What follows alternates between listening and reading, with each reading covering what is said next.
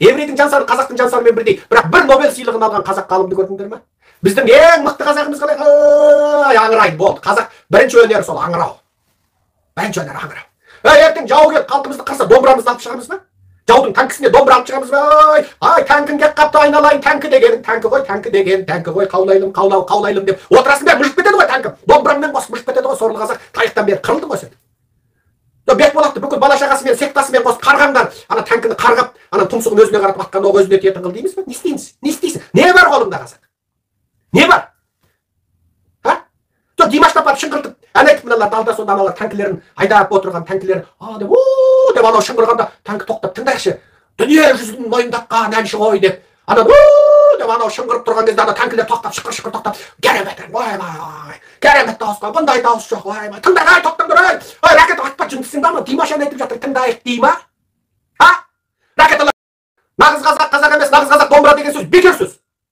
Ол домбыра деген өзі бар ғой, тегінде тұқымында өзі. Сен оны бір иен далаға Марсқа жіберсең де бар ғой, сол Марстан бір қураған ағаш тауып алып домбыра ойып шығатын қазақ болады. Өзі соларға оқысын. Оны бүкіл класста 30 баланың 30-ы бәрін домбыра класқа жіберіп, бәрі бүйтіп даңғыр деп отыратын керек жоқ ол. Ол өз тұқымында сондай бір тұқым жалғаған қазақ болады өзі. Ана бәлен атасы күйші болған, одан бергі атасы тұқымын. Оған сен жаңағы 5 сызықты нотаны, цифрлы нотаны үйретпесең де ол өзі бүйтіп отыр, оның басы соған істейді. Ол бір қосылған бір тең екі дегенді білмесе білмейді екен, бірақ нотаны біледі. Міне, солардың кәсібі болсын. Сосын мына ақындыққа берме, бала қырсынына берме, әнші балапанға берме. Мына Қазақстанның бүкіл оқу жүйесі мүлде теріс.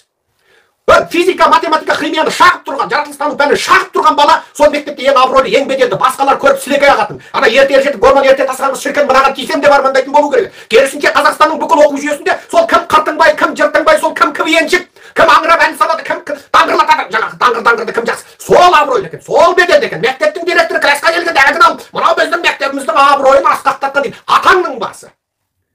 Осы сол әншілерді, бишілерді, күйшілерді дәріптеп, бүкіл мектеп баласын соларды жаңағы жұлдыз көретін. Жаңағы атаман дегендерді қолдан жасап, сол бүкіл мектепті концерттен концерт, тамашадан тамаша, шоудан шоу, жарыстан жарыс, аудан аралық, ауыл аралық, мектеп аралық, өңкей сол кібиек отырып жыртың, адам күлмейтін күлкі, мұғаліміне дейін жыртың. Жаңа күлдіргі істеп, сайт істеп, тапсырыс беріп жазушыларға, мына жаңа бір анекдот жазыңдаршы деп. Оттан сөз, ұлтқа жасаған қылмыс. Осылардың бәрінің басын шауып тастайтын иттер осының бәрі. Мына бүкіл қазақтың оқу ағарту жүйесін, білім беру жүйесін өстіп, ырықтың жыртың жын шайтанға айналдырып жіберген сұмырай ұлтқа жасаған бірінші қастық. Ұлтқа жасаған бірінші қастық. Біздің жастарымызды ана ғылым болуға, Эйнштейн болуға, Элон Маск болуға, Эдисон болуға, Тесла болуға үгіттеу керек. Біздің жастарымыздың назарында отырып, ойбай, мен ана Головкин болағам, Головкин болағам, ойбай, кім еді? Кабиби ме? Сол болағам. Ойбай анау болам, сосын өңкей әнші болам, жаңа ырбаңдап тырбаңдап отырған күйші болам. Осының бәрі біздің ұлтымыздың жауы. Біздің балаларымыздың ішінен не бір Эдисон шығатын еді. Біздің балаларымыздың ішінен не бір Тесла, не бір Элон Маск, не бір Эйнштейн шығатын еді. Біздің балаларымыздан сол айға қонатын Армстронгтар шығатын еді. Мына советтік жүйеден, советтен кейін мына Назарбаевтың шайтандық, сатанистік жүйесінен біздің балаларымызды әдейіге ғылым білімнен шеттетіп, әдейіге осындай жын ойнаққа құмар қылды. Боласың де. Міне анау жан бағалмай құрттап биттеп жүрген Үндістанның сол компьютерді мықтап оққан жастары қазір бүкіл Кремний аңғарының байлары болып шықты. Бүкіл IT саласын батыстырған сол Үндістан меңгеріп отыр. Кеше ғана бақашайын деп жүрген қалың кәріс келіп, ол да осы IT жаңағы осы салаларға кіріп болды. Өндіріс, корейлер мықты болып жүр. Қазақ жүрсіңдер ме? Домбырамды кім тыңдайды Америкаға? Домбыра шертші, домбыра концерт беремін деші, тегін билет. Біреу келе ме? Бір теңге ме? Немене екі шекті бір аспап екен, Африкадан келген, африкалықтар ғой деймін дейді. Қараса түрің Африкаға келмейді, сондай бір халық дейді. Немене?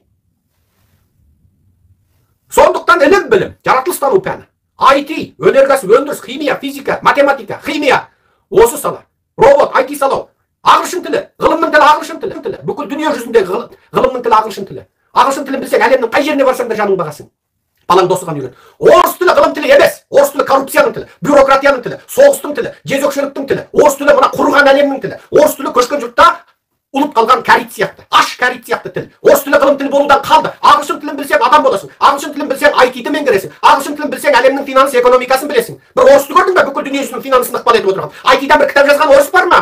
Компьютерден бір жаңалық ашқан орыс бар ма? Экономиканы ұстап отырған бір орыс бар ма? Шикізат мұнай газды сатып байып отырғаннан басқа. Сондықтан қазақ ілім білім ғылымға жаппай ойыс. Мына мектепте директорлермен бірігіп алған советтен қалған кәрі орыс кемпірлер. Мына орыс тілі мұғалімдер ана бір орыс қатын болады екен. Мектептің директоры қазақ, бірақ ана орыс қатын меңгереді екен. Бүкіл мектеп 99% орыс тілі курсына бару керек екен. Ол курс әрбір балаға 10 мың 20 мың теңге екен. Сөйтіп директормен орыс қатын бөлісіп отыр екен. Қойыңдар, оқытпаңдар балаңды. Орыс тілінен үш алсын керек десе. Не жаманына келсе пара қор қазақсың ғой, өлгеннен, туғаннан өлгенге дейін пара беретін. Пара беріп балаңа 5 қойғыз. Орыс тілін оқытып миын ашытпа. Адамның миы шекті болады. Барлық нәрсе шектеулі, өлшеулі болады. Ойбай, білгеннің артығы жоқ деме. Орыс тілін біліп оңған қазақты көрмейсің. Орыс тілін біліп оңған қазақты көрген жоқпыз осығанға дейін. Сондықтан балаңды осындай ғылым білімге үйрет.